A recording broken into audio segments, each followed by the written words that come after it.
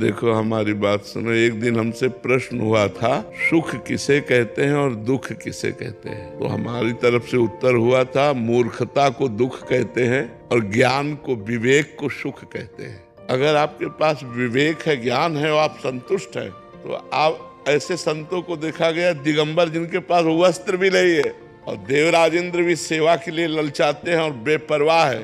तो जिनके पास वस्तु नहीं है उनको हम देखकर झुकते हैं, नहीं झुकते। आप समझो, कुछ तो इशारा समझो। जो दिगंबर हैं, रंग धड़ंग है, एक कपड़ा भी नहीं है, उनको देखकर हमारे हाथ जुड़ जाएंगे और हम उनको झुकते हैं और उनको देखकर हम खुश हो जाएंगे। तो वो कितना खुशी होंगे आप अंदाज लगा सकते हो। तो खुश वैभव से नहीं, संपत्ति से नहीं, सुंदर स्त्री से नहीं, सुंदर पुरुष से नहीं, सुंदर परिवार से नहीं, खुश भगवान से हुआ जाता है। ब्रह्म भूता प्रसन्नात्मा न शोचति न कांक्षति। जो भगवान में चित्त जोड़े हैं वो खुश रहते हैं, वो आनंदित रहते हैं। संसार में जिससे प्यार करोगे वो तुम्हें अंत में रुलाएगा जरूर। हम पक्की बात कहते हैं, अंत में तुम्हें रुलाएगा, परिणाम ये देगा। अगर भगवान से प्यार करोगे तो अंत में मुस्कुराते हुए जाओगे, तुम्हारा अंत बहुत अच्छा होगा। माना आज तुम भगवान से जुड़े हो तो तुम दुखी हो, कब तक? जब तक तुम्हारा पूर्व पाप है, और जिस दिन वो नष्ट हुआ उसी दिन तुम आनंदित हो जाओगे। भगवान से जुड़ जाओ, बड़े महापुरुष के तुम अंश हो।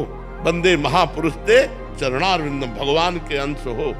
अगर प्रभु को साथ लिए हो तो जीत जाओगे, नहीं तो हारना पड़ेगा। ये हारने का देश है।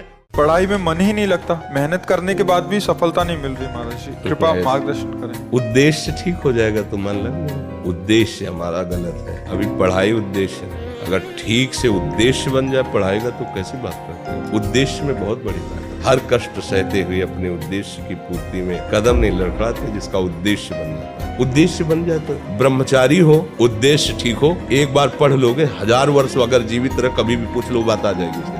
अब नाना प्रकार की क्रियाओं से ब्रह्मचर्य का नाश करे, अपने उद्देश्य का नाश करे। तो यही बातें होती जो आप कह रहे हैं। अच्छा न पढ़े, व्याकरण नहीं पढ़े, शास्त्री नहीं पढ़े, कहीं दूसरी जगह ऐसे नहीं गए कि बैठ के सत्संग सुन के और सीख के बोल रहे, भगवद आश्रित हो जाओ। अब आप खुद समझना हमारी बात को। अब वो पढ़ाई में मन कैसे लगे जब आपके पास पढ़ाई वाली सामग्री ही नहीं रह गई। पहले क्या होता था, जैसे गुरुकुल में स्मृति आपकी कमजोर हो रही तो मेधा शक्ति बलवान करने के लिए ब्राह्मी शक्ति उसको पिलाई जाती थी। ब्राह्मी है ये चीजें क्यों? क्योंकि उनमें इतनी शीतलता, उनमें पौष्टिकता है कि वो वीर का वर्धन करके वीर को रोकेंगी। खास बात उसमें होती थी। अब हम इस बात को ना समझ करके फ्रेंड बनाते हैं और वो विनाश का खेल खेलते हैं जो हमारी सारी सांसारिक और पारमार्थिक दोनों उन्नति का नाश कर देता है। अब उस प्रश्न का क्या होता है और उसके लिए क्या सलाह? आप सही ढंग से रहो, अच्छा खाओ पियो, थोड़ा व्यायाम करो, सबके प्रति पवित्र भाव, अभी आप आनंद में आने लगोगे। एक राजा ने अपने लिए एक स्थान चयन किया और पूरी प्रजा को कहा कि पूरी बाजार को क्रॉस करके मेरे से अगर शाम तक मिल गया तो मैं उसे अपने बराबर राज्य सुख दूंगा, लेकिन बाजार में हर चीज फ्री, हर भोग फ्री। अब जो निकले और बढ़िया, कोई गरम गरम जलेबी तो कोई रसगुल्ला, तो कहीं नाच हो रहा, तो कहीं गाना, तो कहीं हर चीज फ्री। तो जिसके मन में आया वो सब खाने पीने और बोले शाम तक पहुंचना है और एक से एक भोग और सब फ्री, तो उसी के भोगने में मगन हो गए। एक आदमी चला तो उसके साथ भी वही सब आइए खाइए पिए सब। उसने कहा नहीं, मेरा खाना पीना लक्ष्य नहीं, मेरा लक्ष्य सिर्फ राजा से मिलना। नजर झुकाई, पूरी बाजार क्रॉस की, राजा से जाके हाथ मिला लिया। तो राजा ने अपने बराबर सुख दिया, उसे सायुज्य मोक्ष कहते हैं। उदाहरण दे रहे हैं कि भगवान ने कहा कि मनुष्य जन्म दिया और जीवन की शाम होते होते हमसे मिला लो हाथ, तो तुम्हें हम अपना पद दे देंगे। महाराज जी इस शरीर की पत्नी में हमारी बहुत आसक्ति है, इसके कारण महाराज जी भजन में घाटा हो रहा है, डट के भजन नहीं कर। नहीं, कोई बात नहीं कि आज जो पति पत्नी में मनमुटाव हो रहा है, पति पत्नी में संबंध विच्छेद हो रहे, पति पत्नी में जो हिंसा हो रही है, उससे अच्छा है कि पति पत्नी से प्रेम करे, पत्नी पति से प्रेम करे, पत्नी और पति दोनों एक दूसरे के हृदय में भगवान को देखने की चेष्टा करें और खूब डट के प्रेम करें। कोई बाधा नहीं। ये हमारे सनातन गृहस्थ धर्म की रीति रही है। अपनी पत्नी, अपने बच्चे, अपने परिवार से प्यार करना प्रेम बाधक नहीं है। आप चिंता न करो, प्रेम करो और उस प्रेम को भगवान को समर्पित करो।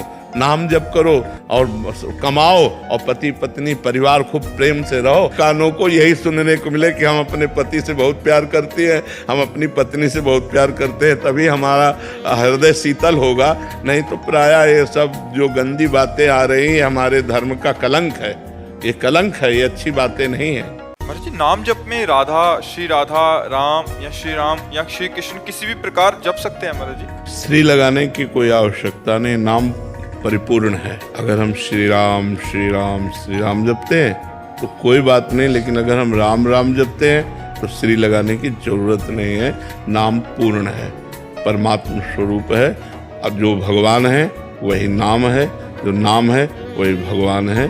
इसमें जैसे हम साधारण आदमी के आगे तो श्री लगाते हैं, सम्मान से बोलते हैं, लेकिन अपने इष्ट का जब नाम लेते हैं तो वो श्री से भी सम्माननीय है।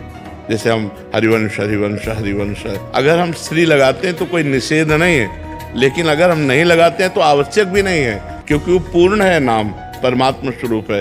राधा राधा राधा राधा राधा, अगर हम कहते हैं श्री राधा श्री राधा श्री राधा श्री राधा, ठीक है, लेकिन अगर हम राधा राधा कहते हैं तो श्री लगाने की जरूरत नहीं है, क्योंकि सांसारिक नामों में सम्मान देने की आवश्यकता है। भगवान नाम अपने आप में परिपूर्ण है, महान है, जो परमात्मा को भी अधीन कर लेता है, वो नाम है। जो नामी पीछे पीछे डोले, जिसके मुख में नाम हो, ऐसी सामर्थ्य नाम की है। नाम डोरी है और नामी परमात्मा पतंग है। डोरी हाथ में लग गई तो पतंग जाएगी कहाँ? इसलिए खूब नाम जप करो, जो प्रिय लगे, जो गुरुदेव मुख से दे दें, उसी में अपनी बुद्धि ना लगावे तो अच्छा रहेगा।